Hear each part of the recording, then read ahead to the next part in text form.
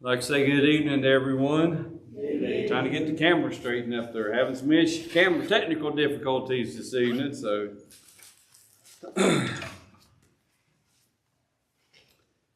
Well, I'm sure everyone's heard that Brother Rick passed away this morning, or this right afternoon today, and we was down there yesterday to visit with the family, and we knew that that's what they'd be doing today, that they was going to take him off life support and stuff today. So pretty sad situation to be in yesterday, and I know I was talking with some of them this morning, and pretty sad situation. We need to continue to remember Sandra, though. She's still in pretty bad shape, so remember her and continue to pray. Speaking with Steve yesterday, and he said he can't even go in his mom's room. And he said because every time she hears him talk, she gets restless. And they're assuming she thinks it's Rick talking because they sound so much alike. And she's always grabbing for him, pulling on his shirt, and stuff. And so she's somewhat aware of, I guess, her surrounding and who's in there. And but see, he said everybody else can go in, and she's calm and does all right, but he can't go in, and that's kind of hard on him as well. So just remember all of them. They're having a hard time with all this. And I did talk with Steve yesterday, and Rick's wishes was for no service. So there's not going to be a service for him. He said that's not what they would want, but that is what he wanted. And so he said they would grant his wishes, and I was telling him, I said, you have to do what they want, but a service is also really for the family as well. I mean, it's for people to kind of, I think us as a church and as his family, it also helps them to kind of get a closure on the thing and come together. But his wishes was to not have a service, so that's what they're going to have. So, are we planning on having dinner or something? Not that I know of. I don't think they're going to do anything. So, because that's what he wanted. He didn't want anything. He didn't want any fuss. So we'll just have to wait and see how it goes beyond that. We're going to continue on in Matthew chapter 20 tonight.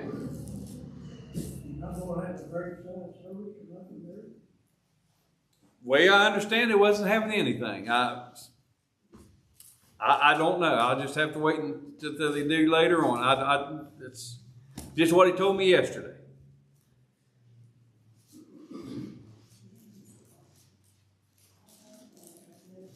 Matthew chapter 20.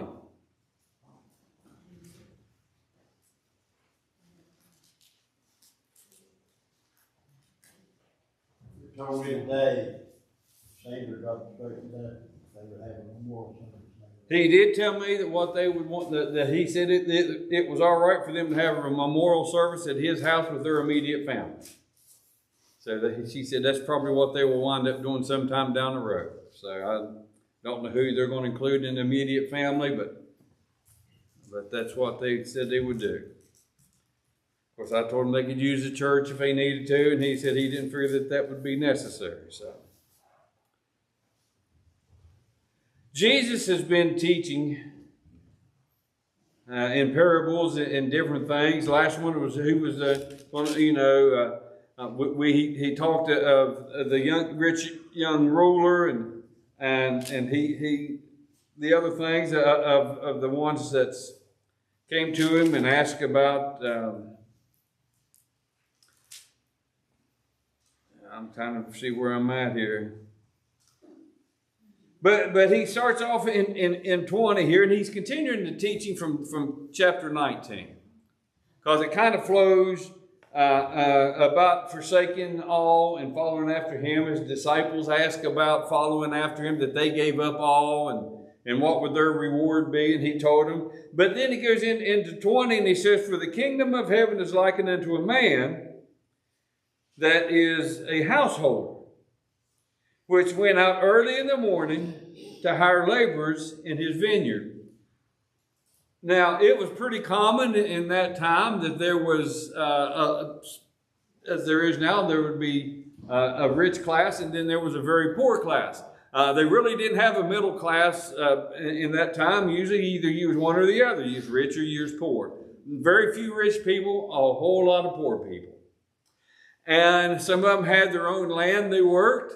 And you would see that they would, when harvest time come, they would hire themselves out or hire out their family members or go work, and that's how they made money. And when they would do that, if they had their own property, we'll see here, and we know the story very well, that some of them that had their own property, they would work it in the morning, and then they would sometimes go out and work in the evenings or afternoon or after their harvest was done at other landowners. So it was pretty common to hire out people that would work, come in and harvest whatever needed to be harvested. Of course, in this parable, when they're talking here, they're talking about, of course, Jesus is the householder or the one that owned the property, and he goes into the story and he says, and when he had agreed with the laborers for a penny a day, he sent them out into his vineyard. It was pretty common for them to start early in the morning. Usually at daybreak, they would be picking the harvest. Pretty common for them around midday to take a break and eat. And sometimes the breaks would last to an hour, up to 2 hours, and they would sometimes take a nap because it'd be very hard work. They worked early in the morning, and they would work till dark. So that would be 12, 13-hour days they would work during this harvest time because it had to be done quickly and gathered in. So it was not uncommon for them to take a siesta in the middle of the day, as we would say. So it talked about very early in the morning. This would be usually daybreak, somewhere around 6 a.m. They would go to work. And they would agree for a penny. Now, a penny in this situation would reference about a week's wages for a laborer to buy. It would be enough to buy food and stuff for about a week. So they would agree to work for a penny. It says, and he went out about the third hour, which would be about 9 a.m., and saw others standing idle in the marketplace.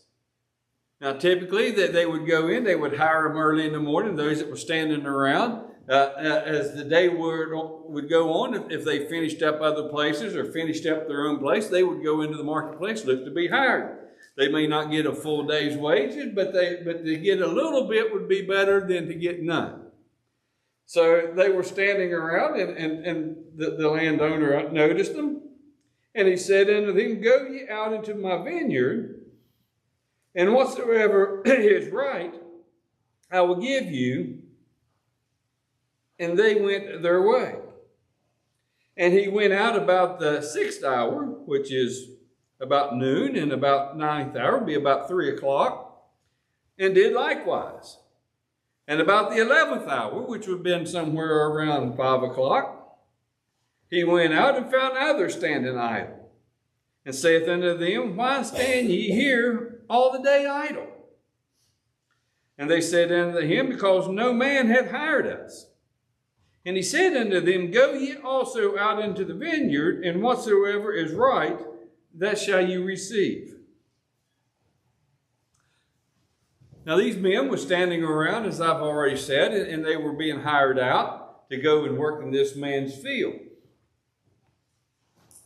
Now, if you was one of those that was hired out early in the morning, you agreed upon a price, not knowing what the other ones would get. And as the day went on, you would have seen other people coming in and working. And it wasn't uncommon to do so, as it was you'd see these others coming in.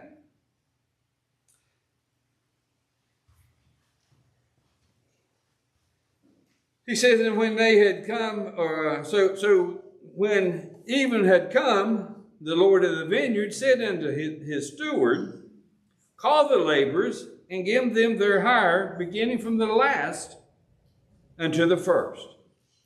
And when they came that were hired about the 11th hour, they received every man a penny.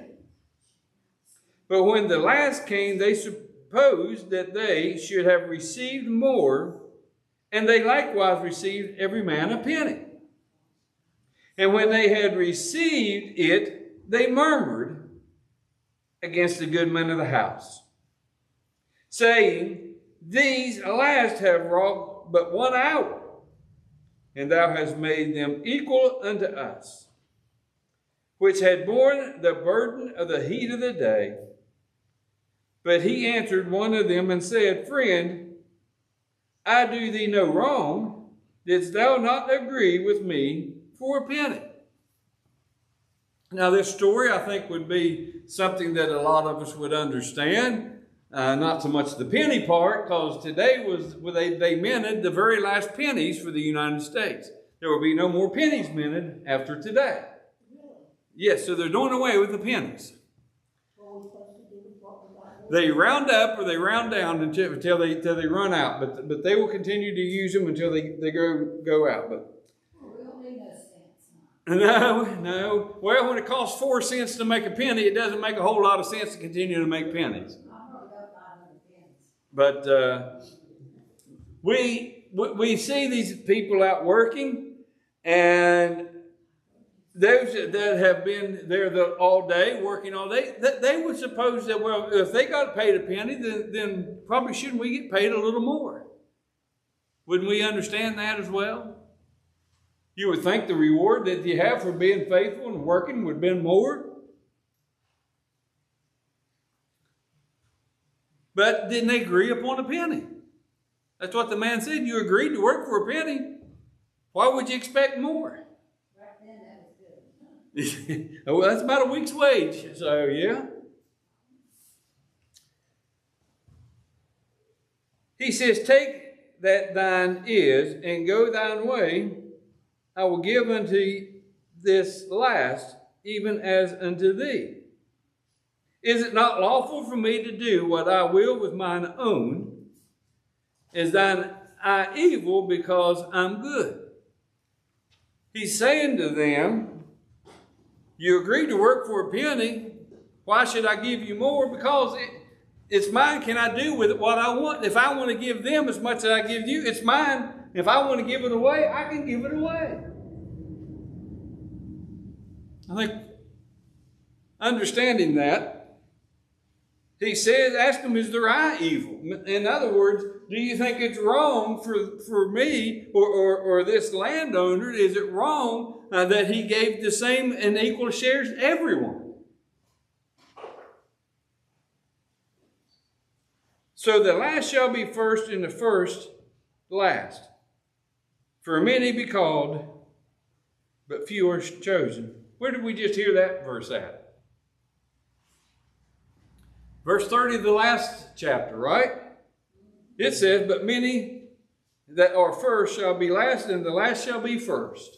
So this is why I believe it's a continuation story of him teaching his disciples, the same as with this little bit out of chapter 20. Now, the thought of the story is, there are those that are in the kingdom of God, or his church ministry, however you want to say it, that's within the church, that have been here a long time. And John just said that he believed, and he's probably true, that Rick was probably a member of the church probably longer than anybody else that's living right now. He's been here since he was a kid, growing up in this church, and I don't think he ever left besides military service or whatever. But even him being here and laboring as long as he has, and someone that knew just came into the church, and they would happen to pass away at the same time, they would both receive the same reward, and as God entered them and welcomed them into heaven. You get the same reward no matter how long you've been on this journey. If you're new to the journey or you've been on it a long time.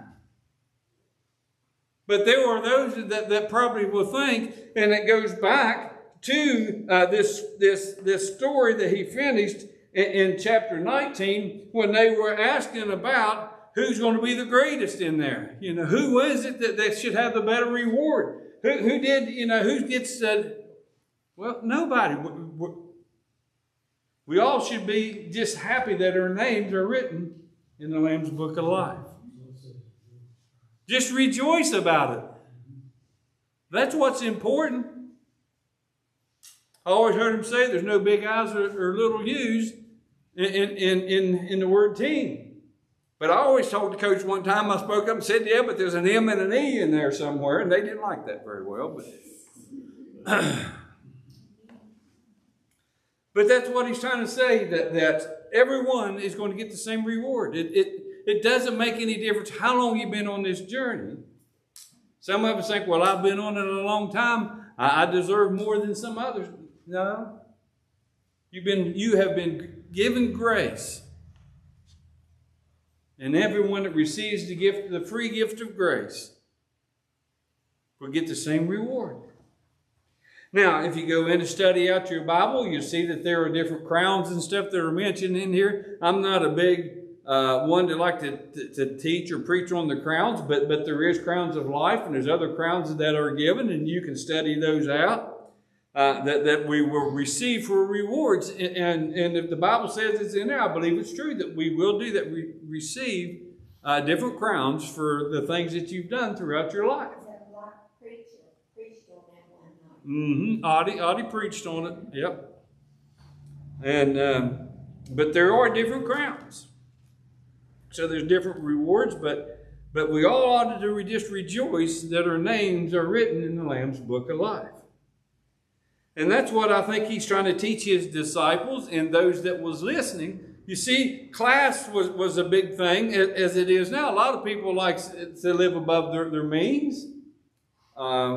We see it all the time, especially where I work. People coming in all the time that runs up big desks trying to impress people how they live. But that's not what's important to us. This world is not our home. We're not here to impress the world. We're here to impress God. What did you do with this man named Jesus? That's what's important to us. I heard this guy telling a story. And he said that this guy was a violinist, and he was playing this big concert, and he played his best, and everyone stood and they was applauding and carrying on about it. And he looked over, and there was one older gentleman sitting in the front over there, and he just shook his head, and the man just felt so terrible. The guy that was playing, he said, you know, he played, and he come off stage, and he said, I failed. And the guy said, and the other man said, look, everybody's cheering for you. Everyone is happy with you.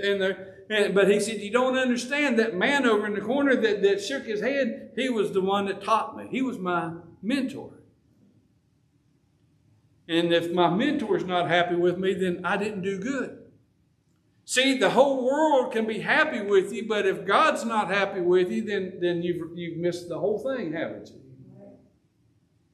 The world can be happy and they'll applaud you and say how great you are, but if God is not happy, you've lost the whole thing. And that's what this whole class thing is here. It doesn't make any difference what the world thinks, it's what God thinks. So he goes on in his teaching, and it says, and Jesus coming to Jerusalem, took the 12 disciples apart in the way, and said unto them, behold, we go up to Jerusalem, and the Son of Man shall be betrayed into the chief priests and to the scribes, and they shall condemn him to death, and shall deliver him to the Gentiles to mock and to scorn, and to crucify him, or scourge him, and to crucify him, and the third day he shall rise again. He told his disciples all of this plain and very bluntly, but You see, they didn't listen. They believed, and everyone believed that when Jesus was talking about this, he was talking about the resurrection when it comes. Even if you think back, that when he went to Lazarus, Martha and Mary came to him and he told them that don't you know that he can live? And they said, oh, yeah, we understand. You remember that? On the resurrection that he'll be there. And he said, no, I am the resurrection and the life. See, they didn't realize or understand what Jesus was saying. They thought that when he would die, that, you see, they were looking for an earthly kingdom, an earthly king, someone who would come and set up and be a mighty military leader. I think even his disciples here in this part of them were still looking for that a little bit.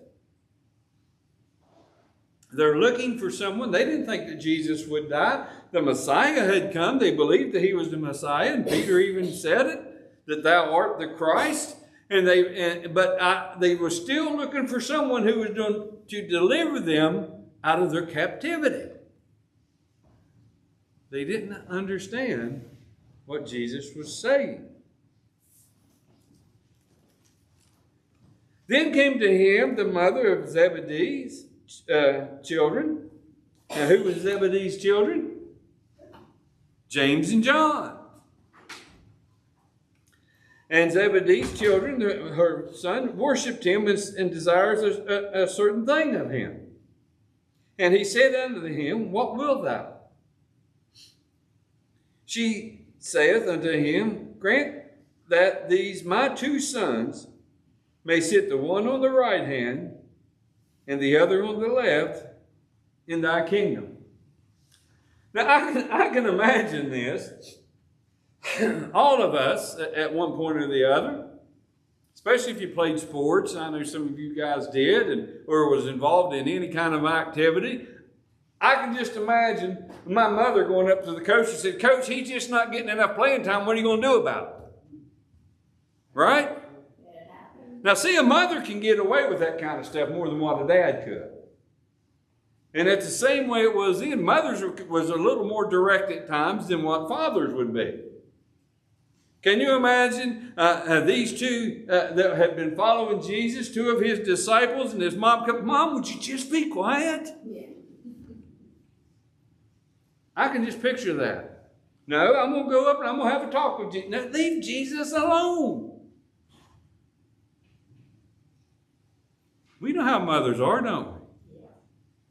I had to get in the cop's car with Robert one time when he said, Mom, you got to behave yourself. I'm always telling him that I'm going to talk to her teacher about certain things. She said, please don't do that. This gives me more trouble. Uh-huh. But she goes to Jesus and she says, Jesus, I want one son sit on the left hand and one on the right hand. Oh, Mom, you're embarrassing me. Then Jesus answered and said, you know not what you ask. Are you able to drink of the cup that I shall drink of, and be baptized with the baptism that I am baptized with? And they said unto him, we are able. Can you imagine them not understanding what was going to happen to Jesus? Well, they've already followed him around. They've already went out and preached on his behalf, and they followed him. They've been out into the ocean with him. They've been all of these places with him. They've listened to all the teaching, and boy, they're probably getting all fired up about what happened and all the stuff that they've seen and all the miracles he's done. And boy, what else will we do but follow him? They didn't quite understand yet of what he was to happen. Are you able to drink of the cup and be baptized that I am baptized of?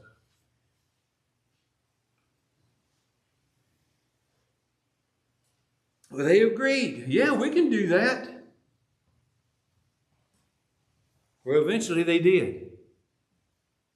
Not when he did it, but eventually they was.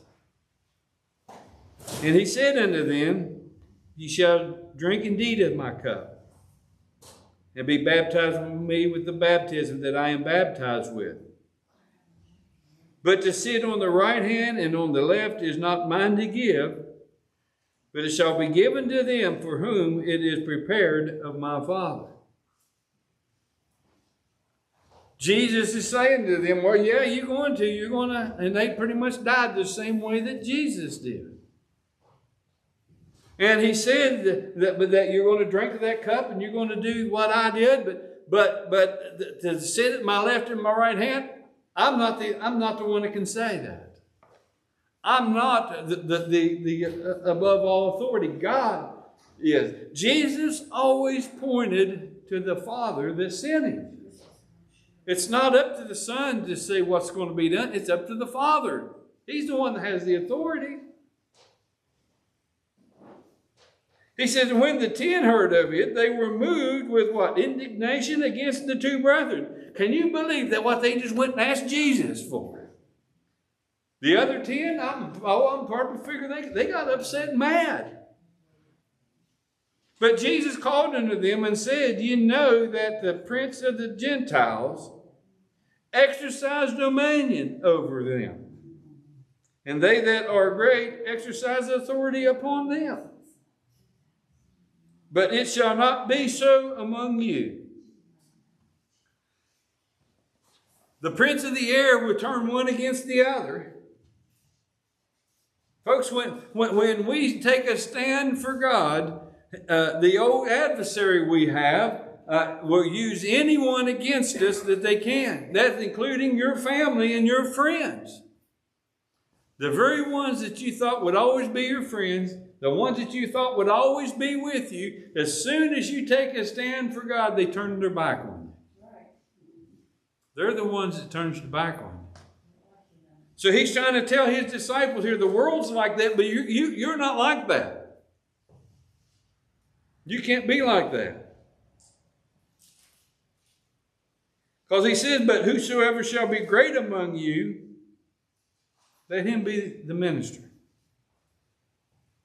And whoever shall be the chief among you, let him be your servant. Even as the Son of Man come not to be a ministered unto, but to minister, and to give his life a ransom for many. Think about that. Those of you that think that you're the greatest in the kingdom of heaven will be the least in the kingdom of heaven. If you think you're great, be the minister. In other words, minister to the needs of those around you. If you want to be a leader, show humility and help others. If you think that you are the chief among them, lower yourself to be a servant. Jesus said, he didn't come to be ministered to, but to be a minister. He came to serve, not to be served. And to give his life a ransom for the price of our sin. Think of all that. Next time you think yourself that you've done something really good and you're doing really good, think of the example that Jesus left for us. I've had to learn that one the hard way a time or two. And as they departed from Jericho, a great multitude followed him. Now, Jericho to Jerusalem was a busy road. It was a dangerous road to travel. That was where there was a lot of people that was robbed. Remember the story of the one that they robbed and left for dead? That was on this same road. But if you traveled in a great number, a great multitude, as Jesus had all the followers, then they were pretty safe. Not everybody's going to attack a big gang of people. And as they traveled, said, and behold, two blind men sitting by the wayside, when they heard that Jesus passed by, cried out, saying, have mercy on us, O Lord, the Son of David. Now, Son of David means they will recognize him as the Messiah, because it was promised that he would come in the lineage of David. So when they're crying out, Son of David, they're saying that they recognize who he is. Jesus, he's come and help us. And the multitude rebuked them, because they should hold their peace. But they cried more, saying, Have mercy on us, O Lord, thy son of David. Can you imagine the crowd as they was going by, and these two started hollering and getting louder and louder and louder, and the crowd said, Hold it down, you're interrupting him. Maybe he was talking or teaching, or we can't hear him. Be quiet. But if that was your only chance, wouldn't you give your best shot? If you're blind, by the way, and you know there's the Messiah coming, and you've heard of all that he's done and the healing he's done, wouldn't you give it your best shot no matter what anybody said? And Jesus stood still and called them and said, What will ye that I should do unto you? They said unto him, Lord, that our eyes may be opened.